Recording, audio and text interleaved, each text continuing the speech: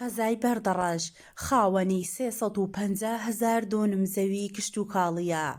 291,000 دۆنم بە کەڵکی چاندندێ و لەم ڕێژەیە بۆ ئەم ساڵ زیاتر لە 200,000 دۆنم زەوی بە بەرهەمی گەنم چاندراوە.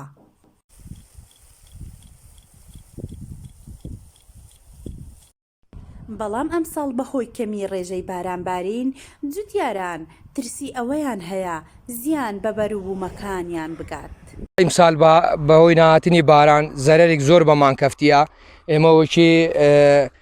فەلاح زۆر زەرەر بەمان کەفتیە، گەنممان وەخت گولدانیتی و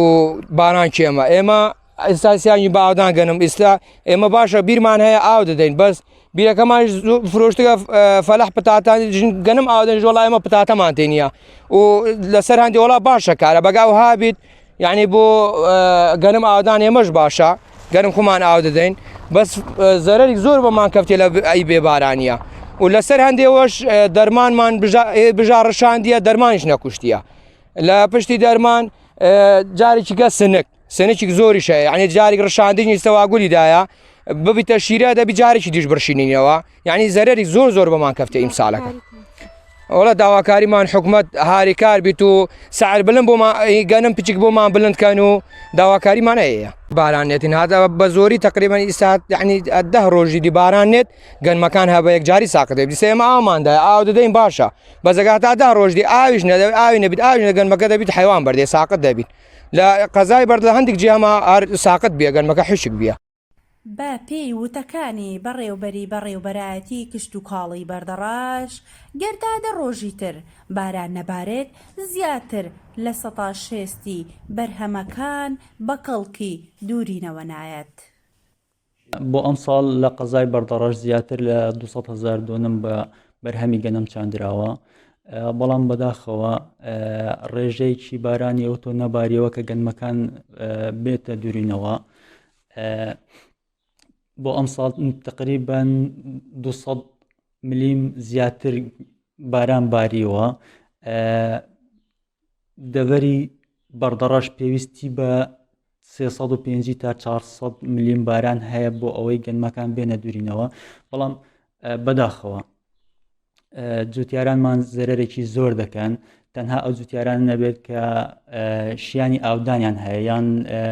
بیری ئرتیوازیان هەیە دەتوان بەرهەمی گەنمیان ئاو بدەن، نزیکەی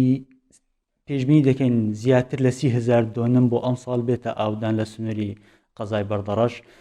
کە ڕێژەیەکی باشە بۆ ئەم ساڵ. تا 10 ڕۆژی دی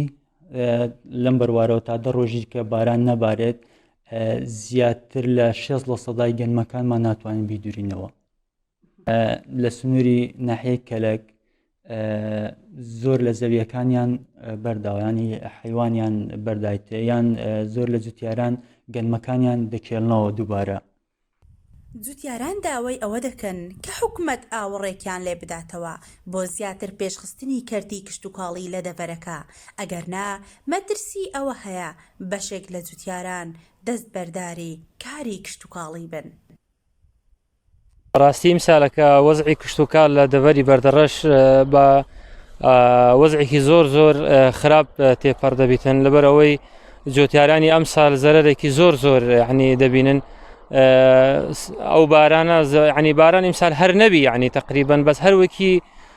ناوە یعنی بارانێک دەهات خەڵکێک ئومێدیشی هەبی، یعنی کە تشتێک یعنی بەرهەمەک چێ ببیتن، بەس بەڕاستی لەو